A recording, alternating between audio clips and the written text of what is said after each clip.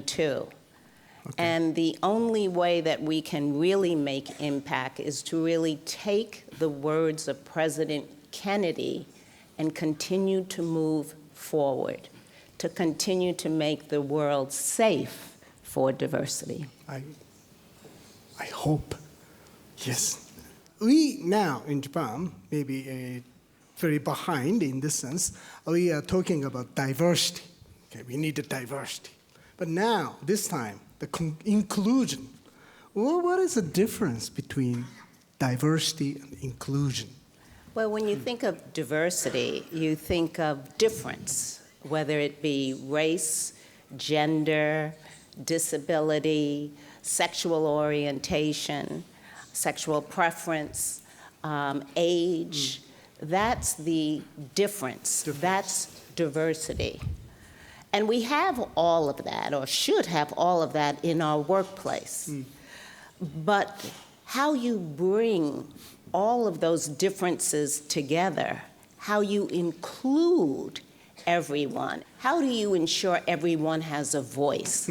That's inclusion. Diversity may be difference, but inclusion is valuing difference. That you value the difference that individual brings, and that makes your world, your organization richer. It's an opportunity to understand that people view ideas, they view innovation, creativity through different lenses. Not just one lens is important, but it's more important to understand how different people view the world through their different lenses. That's innovation, that's creativity, and quite frankly, business leaders say that's the kind of energy they want in their organization. Okay. Dr. Wakata, you actually led the team as a leader, as a commander. And do you see any difference among the race or people, or just individual capacity or capability?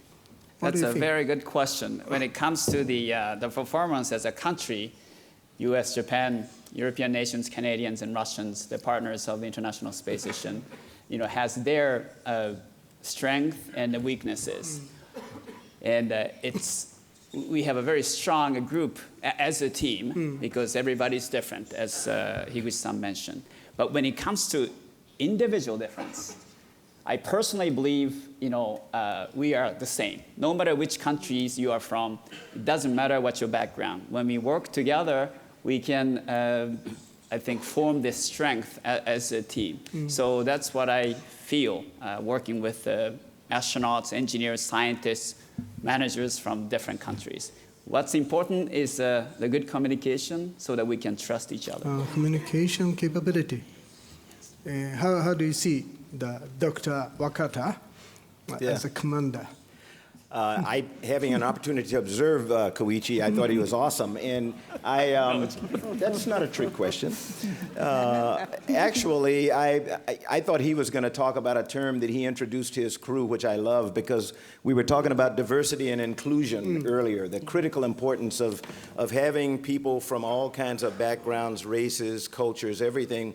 But the most important thing is inclusion, so that everyone has a voice and everyone feels that when they offer an idea or a thought, that people listen to that idea. Koichi did something that had never been done as the commander of the International Space Station. He introduced a term called harmony, and I fell in love with it because essentially, I think what it means in Japan, and I'll let him tell you, I'm not going to try to say what it means, but it's sort of like, inclusion.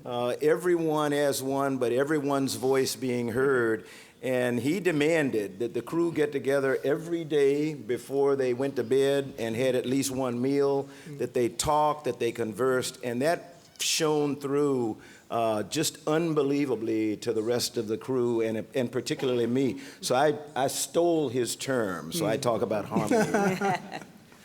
Well, but I learned that from Charlie. And when I joined the astronaut corps, Charlie was still an active astronaut.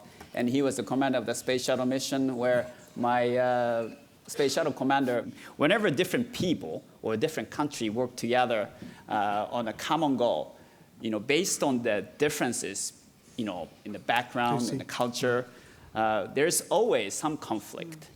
But when we work together, and that will create the new vision and the strength to achieve the goal as a team. So inclusion, I see that in the human space operation, especially in the International Space Station program.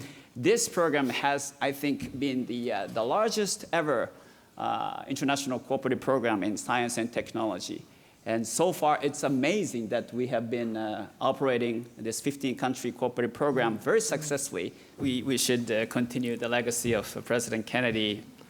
Professor Oshima, I'd like to ask, when we look at Japan, we do not have enough diversity, particularly when we look at the corporate executives and university professors. You are only one or very few professors in the University of Tokyo, so behind, I believe.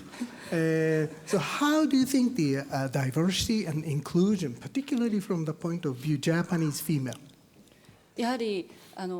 One of the reasons women are not making advances in society is a sense that they are not truly being included in society. Rather than feeling included, there's the impression they feel excluded from society. That is a sense I get. So I think it is very important to have them feel that as one individual member of society, they can make a contribution, especially in engineering. In the fields of the sciences and engineering, there are very few women. For instance, I'm in mechanical engineering at Tokyo University. Of students in my field, only 5% are female. As for the female faculty, the percentage is even less. Well, that's even lower than the consumption tax rate. In 2 years' time, the consumption tax rate will rise. But unfortunately, the number of female students in that time will probably not go up to 10%. So I think we all have to encourage young women to move into the sciences. And by doing so, the world will change. I believe they'll bring new perspectives, which is very important. With new perspectives, we can progress to the next phase. And then perhaps new frontiers can be forged. And another way to look at this issue of diversity is through the eyes of business. It's an opportunity to look at diversity not as the right thing to do, but as the smart thing to do. When you look at the market, you look at who is purchasing. Women have strong purchasing power. So doesn't it make sense to have women in organizations that are creating products and services for this market? The same, too, if you look at emerging markets. Wouldn't you want to have individuals who are reflective of those emerging markets in your organization in order to create products and services for these markets? It's a very practical reason, to promote diversity and different views. But I think in this sense, we have to learn many things from U.S. experience. What was what caused momentum, except President Kennedy, to promote inclusion?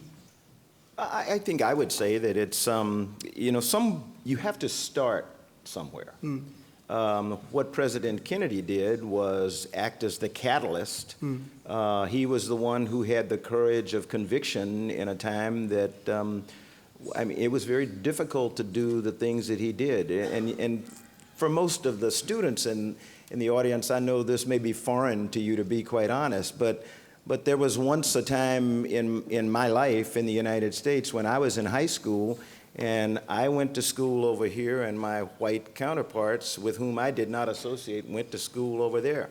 And that's the America that President Kennedy inherited when he became the president. And he and his brother, Bobby Kennedy, decided that, okay, we can do something. And they took very bold steps. The good thing is that his enthusiasm, I think, I wasn't there. The ambassador may be able to tell you. I asked her earlier about what it was like to be a little girl that I watched on television scrambling around in the White House. Did she know all this stuff was going on? But for us, looking from the outside, a first lady who became nationally prominent, not because she was a beautiful woman, but because she was very active in trying to make things happen. And we find in the United States today, first ladies more and more follow the example of Ambassador Kennedy's mother. That's really important. There will be women who will follow your example. I'm incredibly proud to say that, when we selected the class of 2003 in the astronaut office, we had 6,300 applicants at a time that people say no one's interested in space exploration. 6,300 applicants. And we picked 8. And of the 8, 4 were women. That had never, ever happened before in the space program. And I'm very proud of that. And it happened not because anybody said, we're going to pick 50% women. It happened because those 4 picked were incredible. It takes young women up here in the audience and out here who say, look, I can do this. And if there are young men or old men who tell you you don't belong, do what I told my daughter. My daughter is a plastic surgeon in Washington, D.C. I said, you do what you want to do. You follow your passion.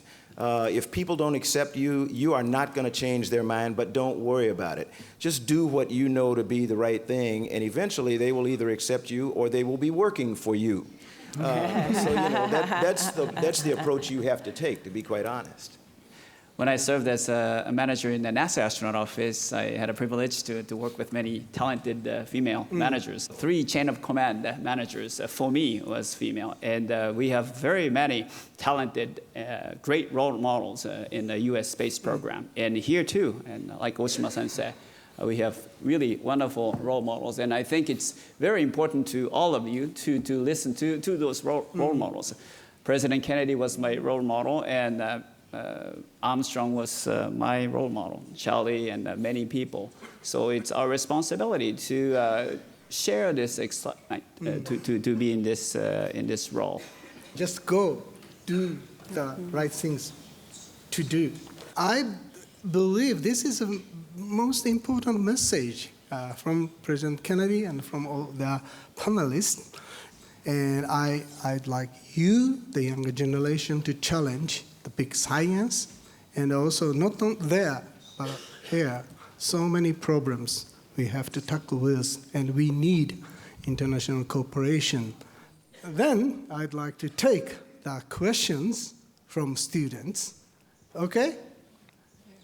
What do you think can we achieve in our generation, or what do you want us, in our generation, to come true? I think by that yourself.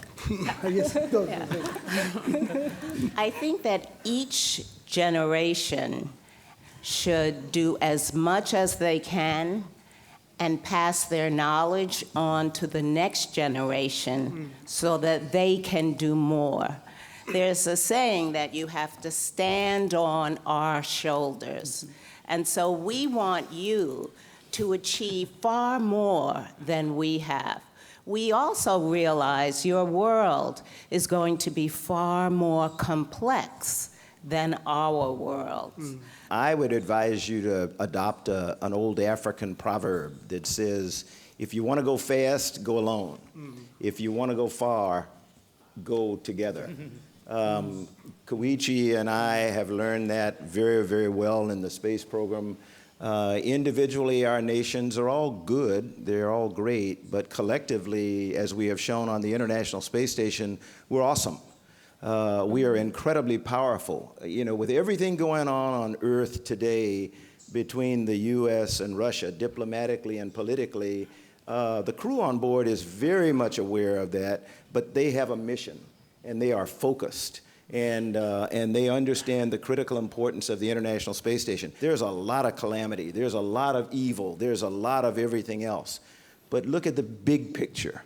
I think that's what President Kennedy tried to do all the time and just led this nation and the world, to be quite honest, to do great things. What is important thing is that in order to achieve what President Kennedy said, what you can do for the country, not what country can do to you, you need to find yourself, what kind of person you are, what you are good at. Each of you is unique, and with your capacity, you have to think what you can do to make this generation better than your father's and mother's generation for the next generation. So find who you are. That's, I think, a very important first step. Very good. And don't ask what our generation can do for you. Okay? Anyone? I think while you are working with other members, it's not always harmonious and perfect because they are all different and sometimes you get some trouble or disharmonious. So I want to, if it's possible, I'd like to, could you let us know what could be some solutions for that in detail? Thank you. Interesting. Yes. Higuchi-san, go ahead. Not just in terms of space exploration, but across all areas. I believe the only way for humankind to solve the problems on Earth is through international cooperation. The word international cooperation may have a nice ring to it. In reality, it is actually very difficult due to various interests. First off, it involves intense negotiations, so you must be patient. If there is a single piece of advice I can give, it would be to have a broad perspective, to have high ambitions and goals. You need to state your aim and discuss how to overcome differences to achieve it. You need that type of big vision. You need a broader perspective and higher ambitions when considering the overall good for mankind. I think that is the only way we can solve various global issues from my experience. I myself am involved in international joint projects. People from various countries come into these projects with different approaches. That's why I think it's important to recognize these different approaches. I think this is very important. The group needs to accept the differences. Once it does that, it can overcome these differences, and the group can move towards the same mutual goal. Once they share it, they become motivated to work together. This is very important. And the other thing I think it's important to realize is that there will always be problems. And so this is an opportunity for you to learn how to begin solving problems. But you're always going to have problems. Please focus on the commonality of your interests with your group and not so much the differences, but what we have in common to, as what was said, move forward. Great. Okay. This line, torch, has been passed. Thank you very much.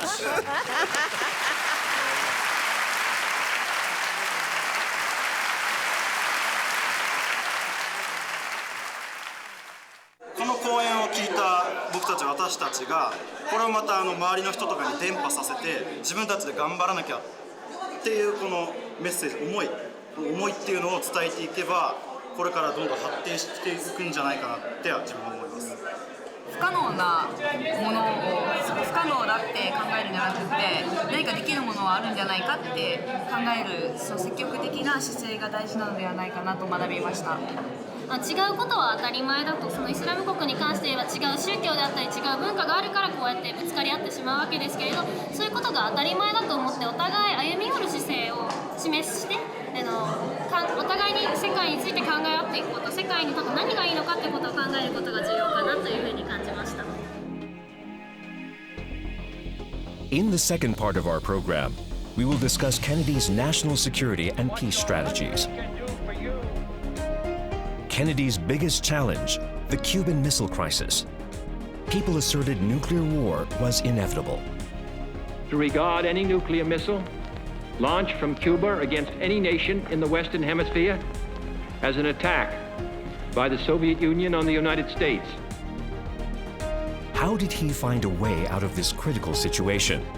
We can discover clues to overcoming today's crises. Second, if we just want to imagine that John Kennedy were in the White House today, confronted with this, what would he be doing? We have to diplomatically and kind of message-wise, but actual policy, patient, careful. Part 2 begins shortly. Please stay tuned.